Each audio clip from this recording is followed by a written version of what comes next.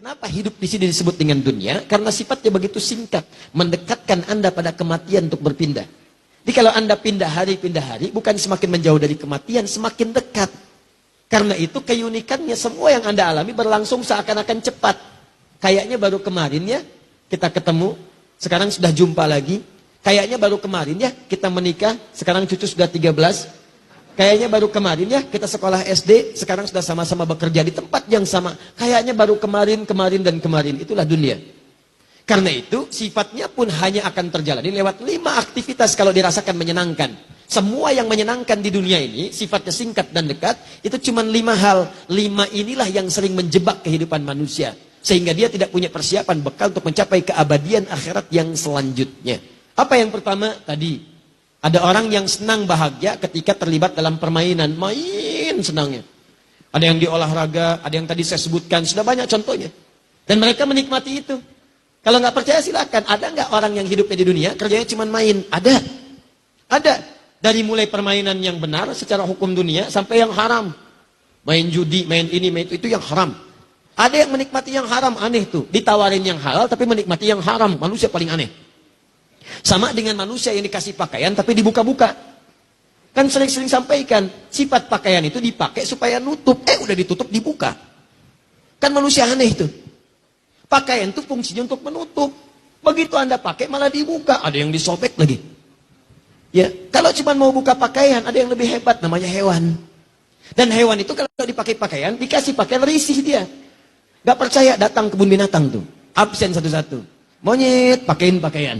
Pertama kali dia gak akan enak, nolak dia. Gajah, ayo cariin sarung, tutupin. Anda diambil sama belalai. Gak percaya, tes aja. Singa, kasih daster, hakan tuh.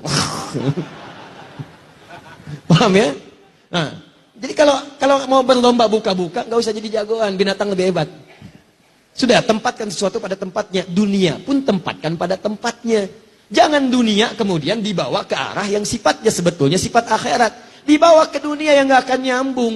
Sama dengan sifat dunia, mau dibawa ke akhirat, gak akan kesampaian. Sifat akhirat abadi, mau ditempatkan di dunia, gak akan nyambung. Karena Anda akan meninggalkannya. Maka tidak ada yang abadi. Maka yang pertama, banyak orang terjebak pada permainan. Ini dia. Hidupnya cuma main aja. Sampai turun hadis qudsi.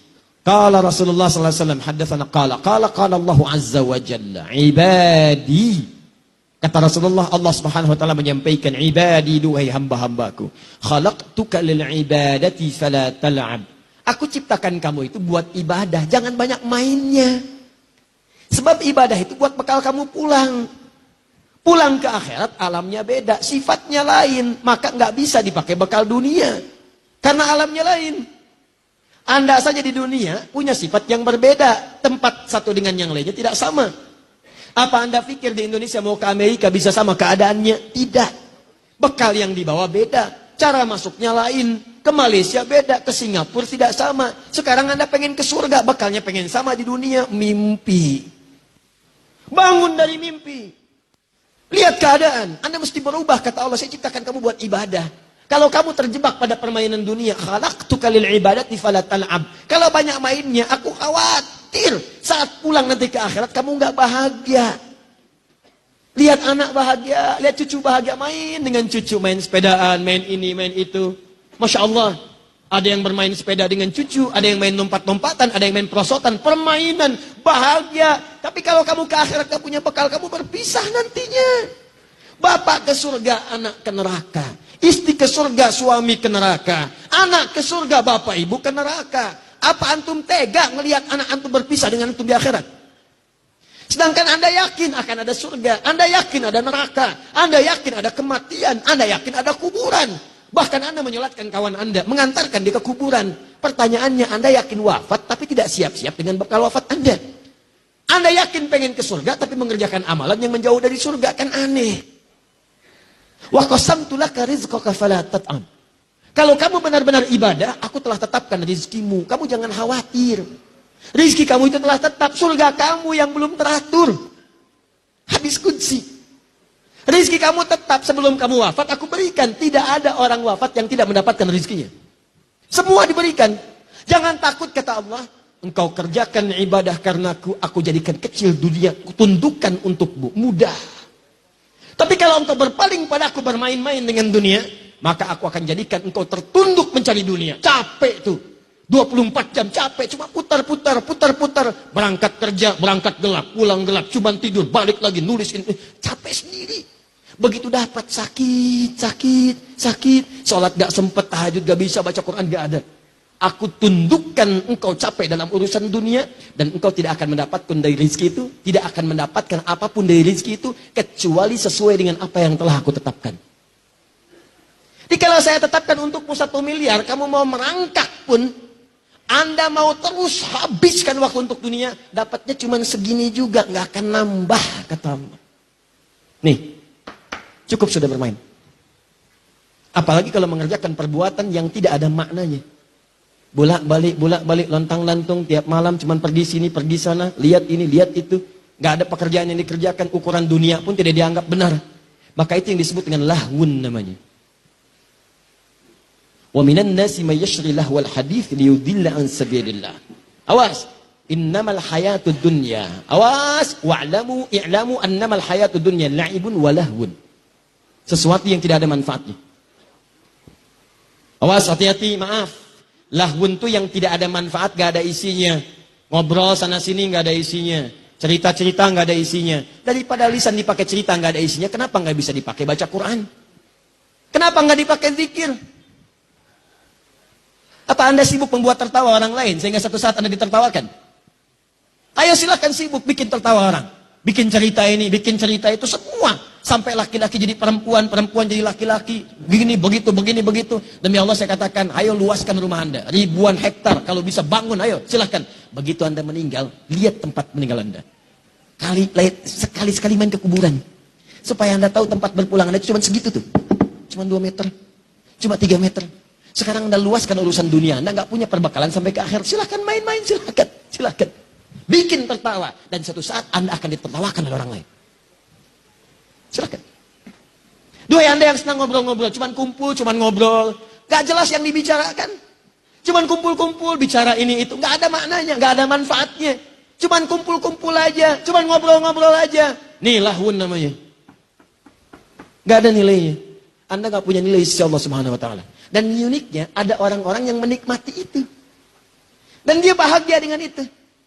Kumpul, cuman ngobrol aja. Ada yang merokok, ada yang ngisap sisa, ada yang ini itu, ada yang macam-macam. Cuman buat ngobrol aja, dan uniknya dia menikmati itu. Kalau Allah sebutkan itu ada, itu pasti terjadi dalam kehidupan. Demi Allah saya katakan, ada yang menikmati permainan, ada. Ada yang menikmati yang seperti ini yang gak ada manfaat, banyak. Dari perempuan sampai laki-laki.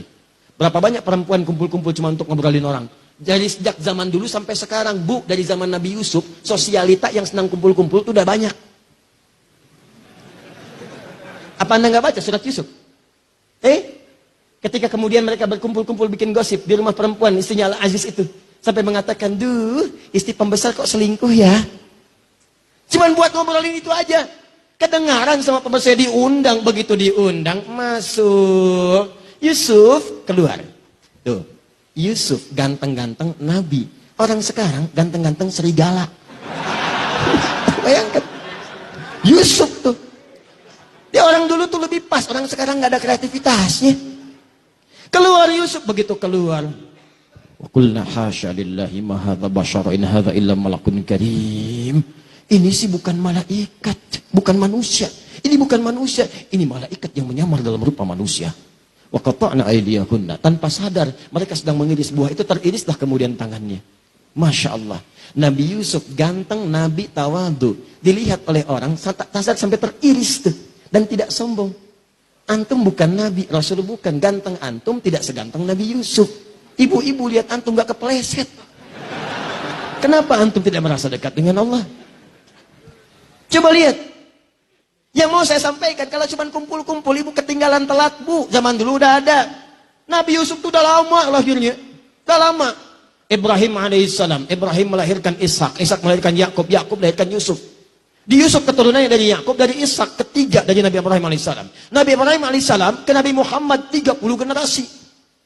Satu generasi bisa ribuan tahun. Muhammad bin Abdullah bin Abdul Muttalib bin Hashim bin Abdul Manaf bin Qusay bin Murrah bin Kilab bin Ka'ab bin Ghalib bin Fihir bin Malik bin Nadar bin Kinana bin Khuzaimah bin Mudrikah bin Ilyas bin Nizar bin Mudar bin Ma'ad bin Adnan bin Addi bin Adri bin Muqawwam bin Lahud bin Tarikh bin Ya'rab bin Yasub bin Nabit bin Ismail alaihissalam bin Ibrahim alaihissalam. 30 generasi. Ulangi.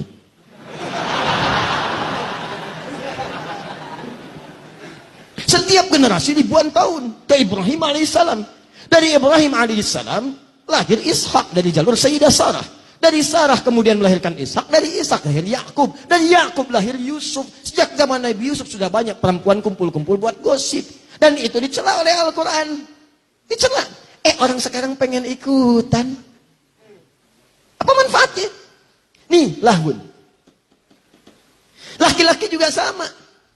Banyak dari zaman dulu kumpul-kumpul. Tuh, sejak zaman Nabi Muhammad SAW. Banyak juga yang kumpul-kumpul datang laki-laki. Kumpul. Di mana tempatnya? Parlemen Quraisy itu buat kumpul. Sekarang kalau antum umrah, itu ada depannya Hotel Hilton. Hotel Hilton itu turun sedikit, depannya ada tempat kipas angin, toilet, depannya lagi. Depannya itu persis ke arah pintu masjid, itu dulu parlemennya Quraisy di situ. Abu Jahal, Abu Lahab, Abu-Abu yang lain kumpul di situ. Ngobrol-ngobrol. Jadi kalau ada yang abu-abu sekarang telat itu. Telat banget, telat. Dan ilmunya jauh.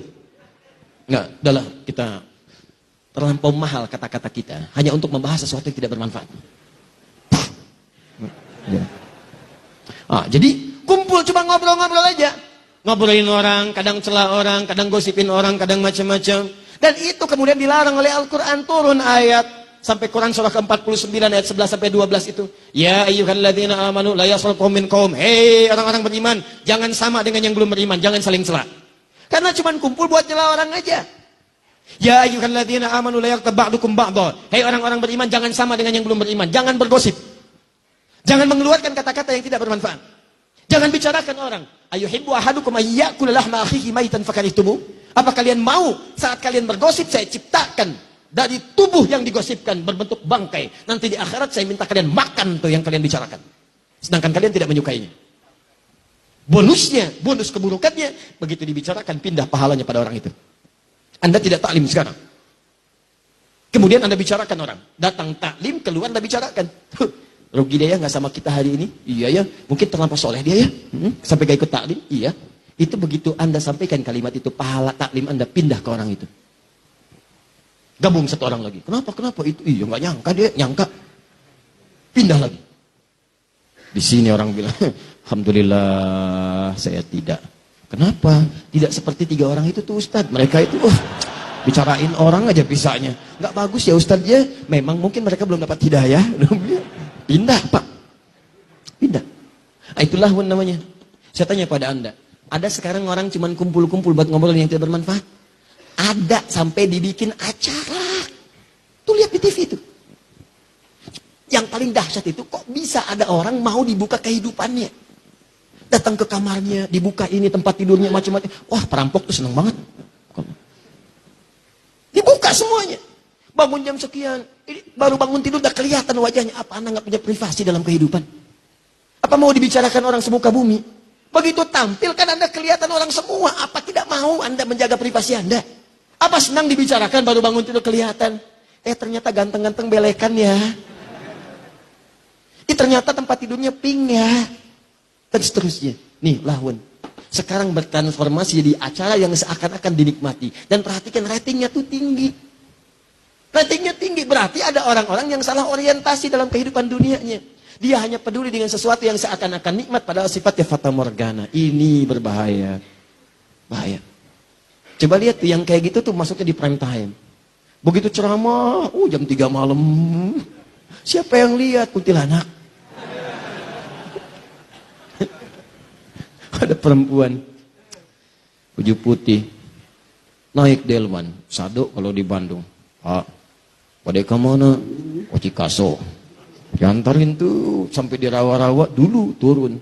Begitu turun ngasih 20.000 pergi orangnya. Udah jauh sekali berubah jadi daun kering. Wah, dasar kuntilanak katanya. Balik lagi orangnya kuntilanaknya daripada emang tukang sado. Udah, 3. Udah. Nah, lama-lama nanti jadi salah lahun tuh, ya. Nah, ini teman-teman. yang tidak bermanfaat. Ayo, mulai sekarang coba. Maksud saya begini, acara-acara tuh yang nggak betul-betul, yang sifatnya nggak ada manfaatnya, list, coret, dah coret. Tayangan TV, masuk kategori ini, coret. Radio, masuk kategori ini, coret. Ini masuk kategori ini, coret. Kenapa? Ketika Anda menikmati itu, Anda punya dua kerugian. Satu, waktu Anda habis tidak sempat dipakai ibadah. Yang kedua, nggak sadar Anda ngumpulin dosa. Dan dosa itu kalau sudah terjadi, dia akan narik pahala. Karena rumusnya begini, ada pahala, ada dosa. Begitu dapat pahala, langsung menutupi dosa. Kalau Anda semakin hari banyak mengumpulkan dosa, ini habis terkeruk pahala Anda. Selesai. Wazinatun, zina. Gaya-gayaan, memperbaiki penampilan. Silakan cek. Sekarang berapa banyak orang itu tampil mencari pekerjaan hanya untuk gaya. Update status.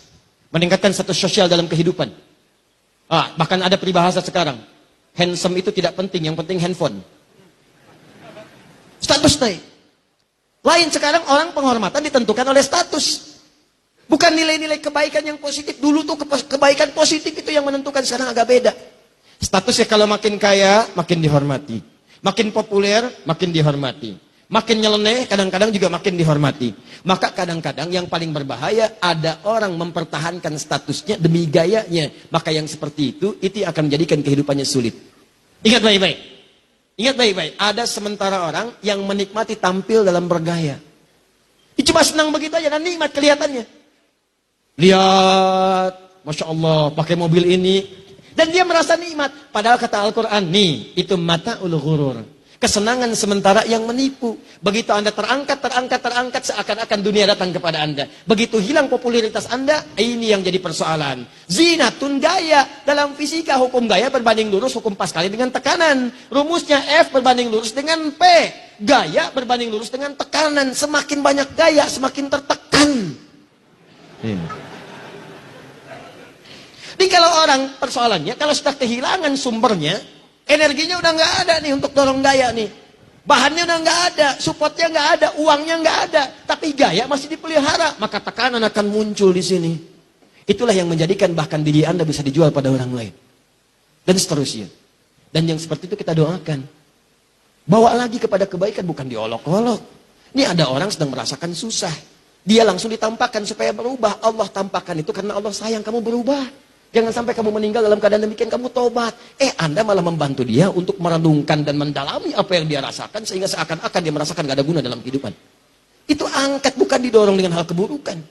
Ada yang bikin parodi, ada yang bikin jualan roti 80 juta. Apa yang mau dapat? Untuk apa? Gak ada manfaatnya. Bangun malam, sujud, mohonkan, ya Allah, jadikan si fulan mendapatkan hidayah. Ya Allah, berikan ketenangan dan berikan dia untuk berpikir supaya dia bertobat. Bantu begitu. Dan wallahu a'lam, mungkin dia akan jadi perempuan paling utama di hadapan Allah ketika bertobat. Bukankah ada seorang perempuan dihinakan pada waktu dulu, gara-gara kemudian beri minum anjing, dia kemudian dia bertobat dan surga baginya? Ingat ya, baca hadisnya mesti utuh. Jangan separuh-separuh. Kalau separuh-separuh Anda bermasalah. Perempuan ngasih anjing air minum, yang anjing yang haus diberi minum, bisa masuk surga. Wah, kalau cara bacanya begitu. Banyak pertemuan perempuan bertebaran malam-malam hari. Apa pekerjaan kamu begini? Apa nggak takut dengan Allah? Gampang, besok cari anjing kasih minum. Hadis itu harus dibaca dengan baik. Begitu datang dia dibuka slopnya, cari dia. Ada yang mengatakan bawa sebagian dari buah-buahan dia potong itu, sebatang batok kelapa. Ada yang mengatakan dari slopnya, ambil air, diberi minumlah air yang anjing yang kehausan dengan perasaan tulusnya sekali. Begitu melihat anjing jalan dia berpikir, anjing aja yang hina mendapatkan air, dia bisa tumbuh segar kembali. Kenapa saya yang bukan binatang tidak berubah? Saya harus berubah. Saya harus semangat lagi. Maka dia bertobat di hadapan Allah. Tobatnya itu yang menggugurkan dosa-dosa dia. Pemberian minum kepada anjing dengan ikhlas menjadikan amalan baru dia. Itulah yang mengantarkan dia ke surga. Maka bantu dia untuk tobat, bantu. Doakan, dorong, sujud, minta kepada Allah. Begitu tobat, Masya Allah, berubah. Mungkin dia mulia di hadapan Allah. Boleh jadi di pasangan Anda, mungkin.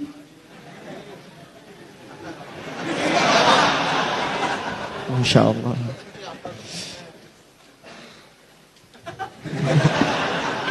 Nah ini nih, ada manusia yang senang tampil gaya dalam kehidupan. Gaya. Jadi ustadz gaya. Jelas ya? 4. Gak cepat nih. Jadi kalau cuma gaya-gayaan, Anda tertipu. Anda tertipu. Karena itu cuma sementara. Wa tafakhurun bainakum. Tafakhurun. Saling berbangga-bangga. Tuh. Kumpul-kumpul buat bangga-banggaan aja. Update status untuk menaikkan status sosial supaya dianggap fakhr. Naik. Jadi hebat. Kuliah untuk apa? Lulus supaya dikenal. Saya IPK-nya paling bagus. Kerja untuk apa? Supaya naik status. Terangkat. Maaf. Dipandang hebat oleh orang. Pandang sukses oleh orang. Saya mau tanya pada Anda, duhai Anda yang bekerja. Maaf ya, sampai dengan sekarang. Anda bekerja itu demi memenuhi perintah Allah. Maksudnya Anda bekerja karena Allah atau karena ingin mengangkat dan merubah status kehidupan Anda? Tolong renungkan sampai sekarang. Kalau pekerjaan Anda hanya sekedar untuk mengangkat dan merubah status Anda dan Anda tidak pernah terpikir mendapatkan ridha Allah, maka Anda sedang tertipu dengan urusan dunia. Ingat baik-baik itu. Dan semua nilai pekerjaan Anda tidak akan bernilai di hadapan Allah Subhanahu wa taala. Padahal yang paling hebat seorang lelaki ketika dia mencari nafkah dan diniatkan karena Allah, demi Allah saya katakan, mulai setiap langkah pertamanya itu sudah dihitung sebagai pahala oleh Allah Subhanahu wa taala. Sudah ada pahalanya. Ibu juga demikian. Dan dua ayat itu digabungkan di surah yang sama, di ayat yang sama. Bahkan turunannya disebutkan, bahkan imannya dibawa. Dasarnya Quran surah keempat ayat 34, detilnya Quran surah kedua ayat 168, pembawaan iman dan pahalanya Quran surah kedua ayat 172, peningkatan takwanya di Quran surah ketujuh ayat 96. Itu janji Allah. Kalau Anda benar mengerjakan itu, bukan cuma dicatat sebagai pahala. Kata Allah, jangankan kamu keluar menginjakan kaki, sebelum berangkat saya datangkan rezeki ke tempatmu. Tuh, kurang apa lagi? Kelima, watakathurun fil amwali wal aulad. Ini yang paling banyak, nomor 5 ini. Kehidupan di bumi itu merasa seakan jadi bahagia, di dunia itu terasa sekarang menggembirakan, yarhamukallah, menyenangkan. Kalau apa? Kalau harta itu bisa bertambah.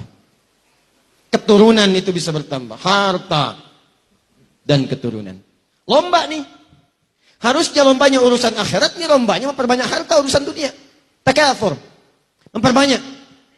Fil amwal, harta. Silahkan cek ya. Maaf sekali, yang ini lebih banyak sekarang nih. Hampir semua profesi. Silahkan cek.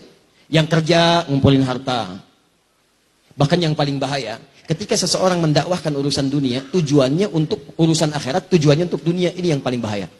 Ketika ustadz pun sudah ikutan pada yang seperti ini yang paling berbahaya. Ustadz ceramah hanya sekedar mengumpulkan amplop saja. Ustadz ceramah hanya ingin dibanggakan punya popularitas. Dan dia tidak siap kemudian untuk menerima pelajaran-pelajaran yang lebih baik. Dia tidak siap berbagi. Dia tidak menyadari kekurangan ilmunya. Akhirnya apa yang terjadi? Karena pengennya tafakhur, ingin dianggap orang yang hebat saja, maka dia tidak bisa merekomendasikan pada orang lain. Dia merasa harus dengan dia saja. Jangan belajar pada yang lain. Jangan dengan ustadz ini. Anda dengan saya saja. Nih, tafakhur. Harta, kumpulkan, ambil, pilih-pilih. Kalau kira-kira kasih amplopnya besar, datang. Sampai muncul istilah di ilmu hadis. Kalau amplopnya tebal, itu sahih. Amplopnya lemah, itu dhaif. Kalau amplopnya sedikit tapi banyak dari berbagai hal, sahih digoyrihi. Yang bahaya. Sampai muncul istilah da'i seperti air. Air itu dibagi 3. Ada air hujan, kemana-mana tuh datang. Itu semua tuh dihujanin tuh. Gak peduli mau rumput, mau mawar, semua datang. Itu yang bagus. Sana sini datang, gak peduli dia. Mau dikasih urusan dulu, gak ada. Karena kontraknya dengan Allah, bukan dengan manusia. Manusia itu kecil lah. Karena nilainya. Jangan takut dengan dunia. Demi Allah saya katakan, rezeki kita itu udah diatur, jangan takut. Pergi sana sini. Ada yang seperti airnya itu sumber mata air, sumber air, mata air. Dia udah nggak bisa kemana-mana, cuman orang datang ke situ. Datang, minta sanad, minta ini, minta itu, masya Allah. Itulah sumber air, mata air. Yang ketiga itu yang paling bahaya, ulama air pam. Dai air pam, yang kalau nggak dibayar, rekeningnya nggak muter. Kerannya nggak muter tuh, kerannya nggak muter. Ini yang bahaya. Nah, sekarang coba renungkan, betapa banyak orang merasa bahagia karena hartanya itu terkumpul banyak. Sekarang ukuran bahagia harta. Sekarang ukuran bahagia kalau punya pasangan yang ideal, muncul di majalah, diupdate, dilihat, kelihatannya ini yang paling bagus, senang, sehingga punya keturunan, itu kan? Yang paling membahagiakan ketika Anda kepelaminan, wal aulad. Bagaimana bisa punya aulad kalau nggak ada pasangan? Yang membahagiakan ketika Anda punya status, handphone baru, rumah baru, mobil baru, foto, ceklik, update. Sekarang begitu. Itu fata morgana. Itu fata morgana. Bahkan ada yang sudah paham fata morgana, masih diupload juga. Ceklik di fotonya. mobil baru walaupun cuma Fata Morgana. Susah manusia begitu.